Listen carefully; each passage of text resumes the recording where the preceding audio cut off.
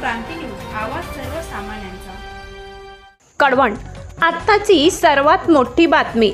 बेपत्ता तरुणाबाबत रहस्यमय घडामोडी। बेपत्ता विठोबा पवार सापडला त्याच्याच घरात। पोलीस ठाण्यात विठोबाची चौकशी सुरू।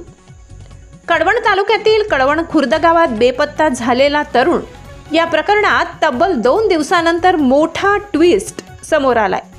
रहस्यमयरित्या बेपत्ता झालेला शेतमजूर विठोबा पवार अखेर त्याच्याच घरातून जिवंत अवस्थेत सापडलाय। सध्या पोलीस ठाण्यात त्याची चौकशी सुरू असून या प्रकरणामुळे परिसरात मोठी खळबळ उडाली आहे। गेल्या 2 दिवसांपूर्वी विठोबा पवार हा कामानिमित्त शेतात गेला होता, मात्र त्यानंतर तो परत न आल्याने कुटुंबियांनी कळवण पोलीस ठाण्यात तक्रार दाखल केली होती। या बेपत्त्याच्या घटनेनंतर कुटुंबियांनी त्याच्यावर काम देणाऱ्या शेतकऱ्यांवर अपहरण आणि घातपात केल्याचा गंभीर आरोप केला होता। तसेच त्या शेतकऱ्यांविरोधात तात्काळ अपहरण व ॲट्रॉसिटीचा गुन्हा दाखल करण्याची मागणी करण्यात आली होती। पोलिसांनी तात्काळ गुन्हा दाखल न केल्याने संतप्त आदिवासी बांधवांनी कळवण पोलीस ठाण्यावर दगडफेक करत आंदोलन पेटवले होते। या घटनेने तालुक्यात तणाव निर्माण झाला होता। दरम्यान उपविभागीय पोलीस अधिकारी किरण कुमार सूर्यवंशी आणि वरिष्ठ पोलीस निरीक्षक खगेंद्र टेंभेकर यांचे मार्गदर्शनाखाली पोलिसांनी तपासाची चक्रे वेगाने फिरवली। गोपनीय माहितीच्या आधारे आज दिनांक 5 ऑक्टोबर रोजी पोलिसांनी विठोबा पवारला त्याच्याच घरातून ताब्यात घेतले। सध्या विठोबा पवार याची कळवण पोलीस ठाण्यात कसून चौकशी सुरू आहे। विठोबा गेल्या 2 दिवसांपासून कोठे होता, तो लपून बसला होता का की काही अन्य कारण होते, याबाबत पोलिसांकडून तपास सुरू आहे। या प्रकरणातील नाट्यमय वळणामुळे स्थानिकांमध्ये चर्चेचा विषय रंगलाय।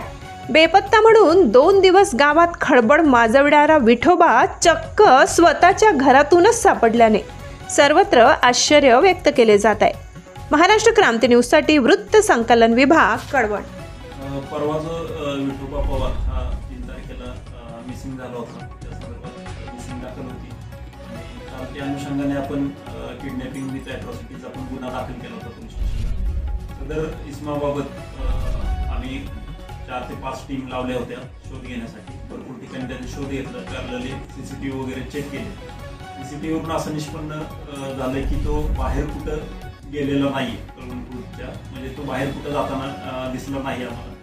त्यावरून आम्ही कळवणखुर्दमध्येच जास्तीत जास्त लक्ष देऊन जी शेती आहे मक्याची, इतर ठिकाणी लक्ष देणं वगैरे ह्या गोष्टी सुरू केल्या आणि काही विश्वसनीय माहिती मिळाली आम्हाला की तो त्याच्या घरामध्ये असण्याची दाट शक्यता आहे।